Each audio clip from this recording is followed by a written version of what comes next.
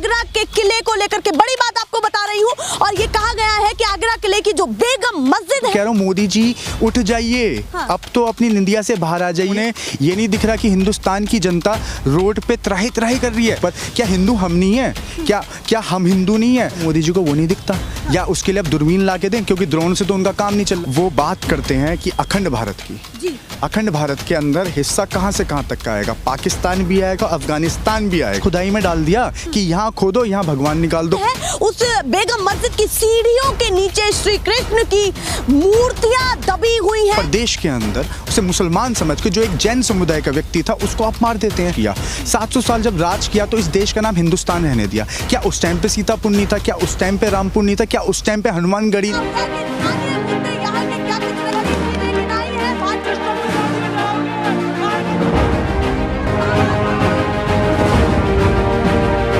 National pillar, देश की आवाज। नमस्कार, बहुत स्वागत है आप सभी का। मैं आपके साथ मीरा राजपूत। अब मंदिर मस्जिद का विवाद बढ़ चुका है और एक और नया मोड़ सामने आया है। आप जान करके भौचक्के रह जाएंगे कि आगरा के लाल किले को लेकर के विवाद बढ़ा है। उसको लेकर के याचिका दायर की गई है, याचिका दायर हुई है आगरा के किले को लेकर के। बड़ी बात आपको बता रही हूँ। और ये कहा गया है कि आगरा किले की जो बेगम मस्जिद है, उस बेगम मस्जिद की सीढ़ियों के नीचे श्री कृष्ण की मूर्तियां दबी हुई हैं। तो बड़ी बात कही गई है अपील दायर करके कि वहां पर भी सर्वे हो, जल्द से जल्द और जल्द से जल्द श्री कृष्ण की वो मूर्तियां निकाली जाए। इस पर ज्यादा बातचीत करने के लिए मेरे साथ है पंडित मोहित गौर। क्या कुछ ये सोचते हैं इस मुद्दे को लेकर के? सीधे इनसे बातचीत करती हूँ। बहुत स्वागत सर आपका है। एक बड़ा मोड़ आया है जिसको लेकर के अब कहीं ना कहीं हलचल तेज हो गई है कि आगरा का किला भी, जहां पर श्री कृष्ण की मूर्तियां हैं, क्या लगता है आपको कि मस्जिद के नीचे पहले काल में ये सब चीजें दबाई गई थी, अब निकल रही हैं बाहर कहीं ना कहीं? क्या कहना चाहते हैं इस पर? देखिए मीरा जी, पहले तो बहुत बहुत शुक्रिया आपका और आपके व्यूअर्स को मेरी तरफ से जय श्री राम। देखिए मैं गर्व से कहता हूँ कि मैं हिंदू हूँ और मुझे फक्र है कि मैं हिंदुस्तान में पैदा हुआ हूँ। देश भर में ये एक बड़ा मुद्दा बन चुका है, बहुत ज्यादा गंभीर हो चुका है। देखिए गंभीरता से अगर मैं बोलूँ तो गंभीर मुद्दे जो हैं इस देश के, वो स्वास्थ्य व्यवस्था है और इस देश के अंदर शिक्षा व्यवस्था है और इस देश के अंदर महंगाई है और बेरोजगारी। जो मेन मुद्दे हैं वो ये हैं। इस देश के जो मेन मुद्दों से भटका के और जनता को बेवकूफ़ बनाने का जो काम कर रही है ये सरकार, वो बहुत ही गलत। और हम पे तथ्य भी तो है ना, तथ्य भी तो हैं, ऐसी थोड़ी हवाई बातें कर रहे हैं। देखिए अगर मैं बोल दूं, अगर मैं बोलूं तो क्या सरकार मेरे साथ चल के, अगर मैं बोलूं कि आपका लाल किले के अंदर, लाल किले के अंदर भगवान शिव की मूर्ति है, जहां पे प्रधानमंत्री जी खड़े होके 15 अगस्त के दिन अपने लंबे लंबे भाषण देते हैं और जहां से वो खड़े होके देश को सलाम ठोकते हैं, क्या वहां पे जाके सरकार मेरे साथ भेजेगी कि वहां पे शिवजी जी की मूर्ति है? आपको खुदाई करनी है, अगर आप खुदाई करना चाहते हैं तो खुदाई करनी है तो जाके शिक्षा की खुदाई करें, जिससे ये जो बेरोजगार जो हमारे जो युवा हैं, तो अगर खुदाई करनी है तो रोजगार की खुदाई करें ना, जिससे जो बेरोजगार है उसको रोजगार मिले। खुदाई करनी है तो महंगाई की करें, जो बढ़ती हुई जो महंगाई है उसको आप खोद के उस बढ़ती हुई महंगाई को उसके अंदर डाल दो। जैसे आप आज देख रहे हैं हालात इतने बुरे हो चुके हैं इस देश के कि आटा महंगा, ठीक है, पेट्रोल महंगा, डीजल महंगा, ठीक है, कम भी किया गया था। देखिए पर एक सवाल सर, मैं सीधे टॉपिक पर आती हूँ क्योंकि ये मुद्दा फिर से बड़ा होने वाला है, क्योंकि ये छोटा मोटा मोड़ नहीं है।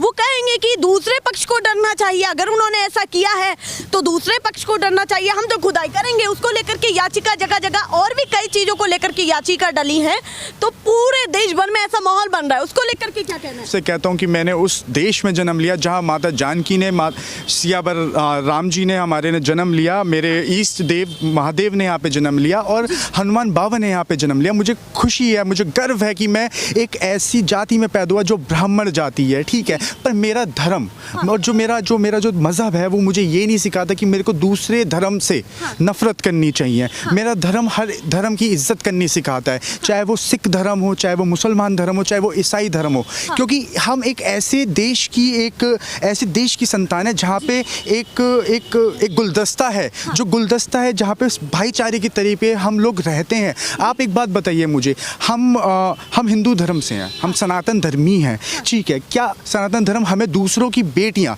जो दूसरे धर्म की जो बेटियाँ हैं, हमारी बहन बेटियाँ हैं, क्या उनके बलात्कार करने की क्या हमें क्या आज्ञा देता है कि उनके धर्मों की जो बेटियाँ हैं उनका बलात्कार कर दें?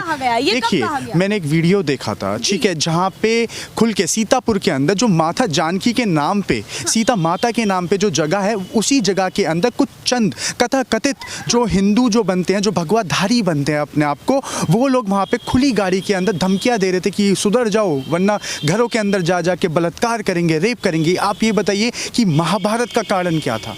महाभारत का कारण एक महिला थी ना। महिलाओं का जब सम्मान ही नहीं है तो आप किस बात के आप भगवाधारी हैं, आप किस बात के एक सनातन धर्मी कह सकते हैं? देखिए, ये सनातन धर्मी नहीं है, ये ढोंगी लोग हैं। आप अंतर मान रहे हैं, इस बीच अंतर मान रहे हैं कि इसके आड़ में बहुत सारी चीजें ऐसी हो रही हैं जो नहीं होनी चाहिए। देखिए, आप किसी को देख के मध्य प्रदेश के अंदर उसे मुसलमान समझ के, जो एक जैन समुदाय का व्यक्ति था, उसको आप मार देते हैं। ये कौन सा धर्म है? ये हिंदू धर्म तो नहीं सिखाता ना। ये कोई आपको ये सिर्फ सिखाते हैं, सिर्फ दूसरे के धर्म पे टारगेट करना सिखाते हैं। आप मुझे एक बात बताइए, मुगलों ने 700 साल इस देश पे राज किया। 700 साल जब राज किया तो इस देश का नाम हिंदुस्तान रहने दिया। क्या उस टाइम पे सीतापुर नहीं था? क्या उस टाइम पे रामपुर नहीं था? क्या उस टाइम पे हनुमानगढ़ी नहीं थी? क्या उस टाइम पे अयोध्या नहीं था? पर उन्होंने कभी भी देश की जो आप हिंदुस्तान जो नाम है उसको इस्लामिस्तान तो नहीं कर दिया था। देखिए, मैं किसी वो बता रहे हैं आपको कि ऐसे बहुत सारे मंदिर थे जिनको फिक्र आपको भी होनी चाहिए, मोहित जी को भी होनी चाहिए कि हमारा जैन मंदिर, वहाँ जैन मंदिर की बात की गई, कुतुब मीनार के पास की गई कि जैन मंदिर को वहाँ पर तोड़ा गया, उसके बाद ये सारी चीजें की गई। इस देश के अंदर राजनीति का माहौल आप देखिए कि क्या हो गया है। हमें जहाँ बात करनी चाहिए स्वास्थ्य पे, जहाँ हमें बात करनी चाहिए आपका शिक्षा पे, जहाँ हमें बात करनी चाहिए विकास पे, मोदी जी चले हैं इस देश को विश्व गुरु बनाने के लिए, पर इस देश का जो युवा है वो तो आज खुदाई में डाल दिया कि यहाँ खोदो, यहाँ भगवान निकाल दो। इस देश के अंदर धर्म के ऊपर इतनी बातें होनी चाहिए। देखिए, धर्म एक आस्था का विषय है, ठीक है। आस्था एक अलग जगह होती है। जब पेट में ही 2 वक्त की रोटी नहीं जाएगी तो आस्था किस काम आएगी? ठीक है, आपको करना तो खुद ही पड़ेगा, भगवान तो आपको देने से रहे, ठीक है। देखो, वो आस्था एक अलग विषय है, ठीक है। मैं किसी की आस्था को ठेस नहीं पहुंचा रहा हूँ, ठीक है। मैं खुद एक हिंदू धर्म से हूँ, मैं खुद ही मानता हूँ कि हमें भगवान की पूजा करनी चाहिए, पर जब हमें स्वास्थ्य, शिक्षा और आपका बेरोजगारी के ऊपर एक बार भी डिबेट करने को तैयार होती है कि कितने लोग बेरोजगार हैं। सेना से एक और सवाल उठता है कि एक अभी मुस्लिम जवान जिसकी मैं बात कर रही हूँ, उन्होंने कई पाकिस्तानियों को ढेर कर दिया है बॉर्डर पर। ये खबर आपने देखी होगी, आपको पता होगी। इसको लेकर के क्या कहना चाहते हैं? देखिए, आप ये सोचिए कि इस देश का चाहे वो मुसलमान हो चाहे वो हिंदू हो, पहले तो हम सब एक हिंदुस्तानी है ना, ठीक है। हम पहले एक इंसान है ना। इस देश के अंदर धर्म का एक ऐसा अफीम लोगों को चटा दिया गया है, कुछ तथाकथित लोगों ने, जो आरएसएस विचार के लोग हैं, जो सिर्फ खाली राजनीतिक रोटी सेकने का काम कर रहे हैं, ठीक है। उनको एक ऐसी अफीम चटा दी गई है जहाँ पे ना लोगों को, देखो, एक दूसरी तरीके के लोग चल रहे हैं, ठीक है, जो असल मुद्दे से, जो आम जनता है उसको असल मुद्दों से हटा के, आप कभी भी टीवी ऑन करिएगा, टीवी में जो डिबेटें चलती हैं वो सिर्फ खाली हिंदू और मुसलमान पे चलती है। क्या कभी डिबेट चलती है महंगाई के ऊपर? क्या कभी डिबेट चली है बेरोजगारी के ऊपर? क्या डिबेट चली है कभी भी कि आज इस देश में इतने हालात क्यों पैदा हो गए कि हमें हिंदू मुस्लिम के ऊपर आना पड़ गया? जबकि देखिए, हम सब पहले देश तो अपना कर लें, पहले देश तो अपना कर लें, उसके बाद ये सब मुद्दे चलते रहेंगे। आप एक बात करिए, प्रधानमंत्री मोदी जी और जो आरएसएस के जो संघ प्रमुख हैं वो बात करते हैं कि अखंड भारत की, अखंड भारत के अंदर हिस्सा कहाँ से कहाँ तक का आएगा? पाकिस्तान भी आएगा, अफगानिस्तान भी आएगा। जब आप इस देश के अंदर 15% मुसलमानों को हजम नहीं कर पा रहे तो वहाँ के आप 45% मुसलमानों को हजम कर लोगे क्या? देखिए, बेबुनियादी बातें हैं। हमारे जो असल मुद्दे हैं हमें उन पे बात करनी चाहिए। आज से ठीक 1 साल पहले हम ऑक्सीजन के लिए लाइन में लग के ऑक्सीजन मांग रहे थे, ठीक है। उस टाइम पे लग रहा था कि शायद अब लोग धर्म की राजनीति से उठ के जो राजनेता लोग हैं ये विकास के मॉडल पे बात करेंगे, ठीक है। मोदी जी बातें तो बहुत बड़ी बड़ी करते हैं विदेशों में जाके, क्या अगर असलियत में देखें इस देश के अंदर धर्म युद्ध होने को तैयार है। आप खुद देखिए कि आप चाहे ताजमहल चले जाइए, आप ताजमहल के अंदर वहाँ निकाल दिया कि वो ताजो महल है, ठीक है। कुतुब मीनार के अंदर उसे विष्णु स्तंभ बना दिया गया, ठीक है। अब अजमेर शरीफ दरगाह जो हर, देखिए, वहाँ पे हिंदू भी ज़्यादा जाते हैं, वो भी एक आस्था का विषय है। तो आस्था के ऊपर आप टारगेट किन लोगों को कर रहे हो? ठीक है, गरीब जनता को आप टारगेट कर रहे हो। गरीब जनता का कोई धर्म नहीं होता, उसका धर्म होता है उसका रोजगार, उसकी 2 वक्त की रोटी और उसके बच्चे अच्छा पढ़ लें। पर क्या इस सरकार कभी भी, देखिए मैं अभी 2 दिन पहले मैं रात में सो रहा था, मैं सोने जा रहा था तो मैंने एक वीडियो देखी,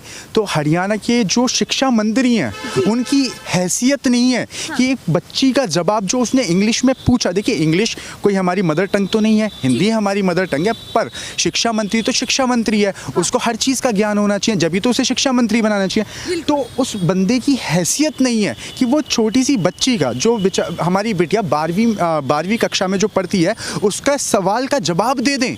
आप सोचिए कि, और उन्हीं की सरकार राज्य में भी है, उन्हीं की सरकार केंद्र में भी है। तो आप ये सोचिए केंद्र सरकार की नीतियां क्या हैं। अगर आप इनसे डिबेट करने, कह रहे देश को इस हालात पे ला करके खड़ा कर दिया है कि शिक्षा मंत्री 12वीं क्लास की बच्ची के प्रश्नों के जवाब नहीं दे पा रहे। बिल्कुल, आप खुद ये सोचिए, आप कभी बीजेपी के प्रवक्ता से अगर आप शिक्षा या बेरोजगारी या फिर आप स्वास्थ्य व्यवस्था पे अगर बात करेंगी ना, तो वो सारी बातें खींच के कहाँ लेके जाएगा? धर्म पे। ये हिंदू है। अब आप ये सोचिए, अगर कोई भी व्यक्ति इस देश के अंदर, अगर मुसलमान, सिंगल पार्टी बात ही नहीं करती है हिंदुओं की, कोई सिंगल पार्टी बात नहीं करती है, कांग्रेस हो सपा हो, कोई बात नहीं करती है देखिए हिंदुओं की। क्या हिंदुओं की बात, देखो बाकी जो पार्टियां हैं वो इंसानियत की बात करती हैं। देखिए क्या हिंदू पहले नहीं थे? हिंदू पहले भी सुरक्षित थे और आज भी सुरक्षित हैं।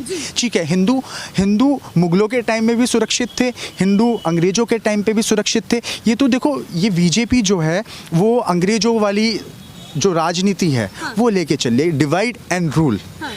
फूड डालो राज करो, फूड डालो राज करो। देखिए, पर इस देश की जनता है ना, अब भ्रमित नहीं होने वाली। क्या आपने देखा कि आम जनता के अंदर, आम जनता को फ़र्क पड़ा अजमेर शरीफ से? नहीं पड़ा। उसे पता है ये लोग अपनी राजनीति रोटियां सेकने के लिए 2024 का मुद्दा बनाने के लिए ये स्टंट कर रहे हैं। आप एक बात बताइए मीरा जी, अभी 2022 की तो आपने कवरेज करी होगी। बिल्कुल जी, तो उस टाइम पे योगी जी ने खुद ने भले मन से एक बात बोली थी कि उत्तर प्रदेश की जनता को 3.5 रुपये यूनिट बिजली मुहिम कराएंगे। क्या कल बजट सत्र पास हुआ इनका? बजट सत्र में कहीं बिजली की एक बार भी उन्होंने कुछ इस बारे में बोला कि मैं अपना चुनावी वायदा जो है वो पूरा करने जा रहा हूँ? पर नहीं, उन्होंने बोला किस चीज़ के ऊपर? वो बोलेंगे किस चीज़ के ऊपर? हिंदुत्व के ऊपर। क्या हिंदू हम नहीं हैं? क्या हम हिंदू नहीं हैं? हम हिंदू हैं भाई। हम हिंदुओं को खाना चाहिए, हमें रोजगार दे दो। हम बेरोजगार हो रहे हैं, युवा देश का बेरोजगार हो रहा है। जी, एक और बड़ा मुद्दा आता है कि आपने पीएम मोदी को लेकर के कहा 8 साल अभी पूरे हुए 2 दिन पहले, तो 8 साल को लेकर के क्या कहना चाहते हैं? दूसरी बात, बड़ी बात, उन्होंने कैमरे के जरिए लोगों के बीच में ये चीज़ बोली है कि जब मुझे किसी चीज़ की जानकारी चाहिए होती है और अंदर की खबर निकालनी होती है तो मैं ड्रोन कैमरा के जरिए सब कुछ पता लगा लेता हूँ, चुपचाप से भेज देता हूँ और पूरे प्रशासन की खबर लगा लेता हूँ कि कौन धांधलीबाजी कर रहा है, कौन क्या कर रहा है, कहाँ प्रशासन में ढील है, ये सब चीजें पता लगा लेता हूँ। इसको लेकर के क्या कहना है कि प्रधानमंत्री तो बहुत ज्यादा सजग है? देखिए, मोदी है तो मुमकिन है, ठीक है, वो ड्रोन कैमरे से हर चीज़ देख तो लेते हैं। क्या उन्हें ये नहीं दिख रहा कि हिंदुस्तान की जनता रोड पे त्राही त्राही कर रही है? यहाँ पे धर्म के नाम के ऊपर लोग लड़ाई कर रहे हैं। क्या मोदी जी को ये नहीं दिखता कि इस देश के अंदर भुखमरी फैली पड़ी है, महंगाई से इस देश चरमराया पड़ा है, बेरोजगारी से चरमराया पड़ा है? क्या मोदी जी को ड्रोन से वो नहीं दिखता? अरे मोदी जी उठ जाओ, कि ड्रोन वहां भी जाए। बिल्कुल, मैं तो कह रहा हूँ मोदी जी उठ जाइए। अब तो अपनी निंदिया से बाहर आ जाइए। आप 8 साल का जश्न तो मना रहे हो, 8 साल का जो आप जश्न मना रहे हो, क्या वो जश्न जो हिंदू लोग जो हैं, जो हिंदू हमारे भाई हैं, क्या जिनके घरों के चिराग कोरोना टाइम में बुझ गए, क्या उनका जश्न मना रहे हैं क्या मोदी जी? मोदी जी लोग जो, आप एक बात बताइए, कोरोना टाइम में कितने लोग मरे? क्या ये सरकार जाति और धर्म के आधार पे हमें उसका विवरण करने की कोशिश करेगी कि इतने हिंदू मरे, इतने मुसलमान मरे? मैंने सबसे ज़्यादा लाशें गंगा नदी में तैरते हुए देखी हैं। क्या मोदी जी उस टाइम पे बैठकर ड्रोन से देख रहे थे कि कितनी गंगा के अंदर लाशें बह रही हैं? मोहित जी उन तस्वीरों को नहीं भूल पा रहे जो हिंदुओं की लाशें मिली। देखिए, मैं तो एक तस्वीर और नहीं भूल पा रहा हूँ कि सड़क पे बेरोजगार युवा घूम रहा है। ठीक है, सड़क पे महिलाएं रिक्शा चलाती घूम रही हैं। हाँ। इन बेशर्मों को अकल आनी चाहिए कि ड्रोन से वो चीज़ देखो। शर्म आनी चाहिए कि इन्हीं की सरकार के लोग, इन्हीं की सरकार के सांसद, विधायक आपत्तिजनक इस माहौल को, और जो अमन का जो माहौल है, जो हिंदू मुस्लिम सिख ईसाई की जो भाईचारे की जो हमारी जो यूनिटी जो है उसको बिगाड़ने का काम करें। क्या मोदी जी को वो नहीं दिखता? या उसके लिए अब दूरबीन ला के दें? क्योंकि ड्रोन से तो उनका काम नहीं चल रहा, दूरबीन से शायद चल जाए उनको। हो सकता है उन्होंने ड्रोन से सब कुछ पता लगा लिया और बाद में सब कुछ कर दे, देखिए, आपको खबर ना हो। देखिए 2024 का ये मास्टर प्लान है कि हिंदू और मुसलमानों को बांटो। अगर मुसलमान इतना ही अगर अपने धर्म पे मनने वाला होता तो एक राजनीतिक पार्टी ओवैसी की भी है, तो मुसलमान जो हैं वो उनको आपका उत्तर प्रदेश के अंदर जी। वोट बैंक बढ़ाने का काम करते। क्या मुसलमानों ने ओवैसी को सपोर्ट किया? क्या वोट दी? क्या वोट बैंक बढ़ा? नहीं। बहुत बड़ी बात वो कह रहे हैं कि अगर ऐसा होता तो हो सकता है कि एमआईएम का वोट शेयर बढ़ता। वो किसी अन्य पार्टी पर विश्वास नहीं करते, वो अपने ही समुदाय के किसी व्यक्ति पर विश्वास देखिए, करते। जी। मोदी जी की सरकार को, हाँ। ठीक है, मुस्लिम महिलाओं ने भी वोट किया है, ठीक है, मोदी जी को मुसलमानों भाइयों ने भी वोट दिया है, तो क्यों मुसलमानों को क्यों बलि का बकरा बनाया जा रहा है? मैं इसलिए कह रहा हूँ क्योंकि वह लोग भी तो एक इंसान ही हैं, और सनातन धर्म सबसे पहले ये सिखाता है कि हमें इंसानियत पे यकीन रखना चाहिए। मेरा धर्म जब पत्थर में भगवान देख सकता है तो मेरा धर्म इंसानियत पे कितना मरता होगा। खोजना नहीं चाहते क्या बेगम मस्जिद की उन सीढ़ियों के नीचे जो श्री कृष्ण की मूर्तियां हैं उनको खोजना नहीं चाहते? मीरा जी, पंडित होने के नाते। मीरा जी, मेरी बात सुनिए। हाँ। ब्राह्मण होने के नाते मुझे खुशी जब होगी जब खुदाई करके यहाँ से शिक्षा निकलेगी, जब मेरे देश का हर एक बच्चा पढ़ाई कर रहा होगा। पर आज का देश का बच्चा ट्रैफिक लाइट पे खड़ा होकर भीख मांगता है। इस सरकार की हैसियत नहीं है कि उनको पढ़ा सके, ठीक है।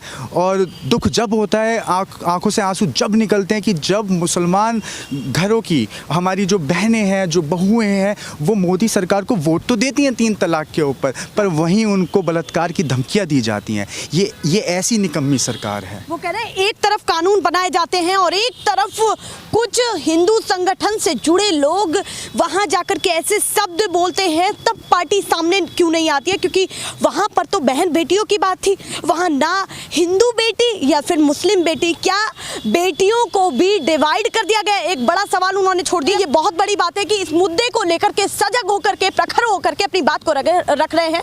फिलहाल के लिए नमस्कार।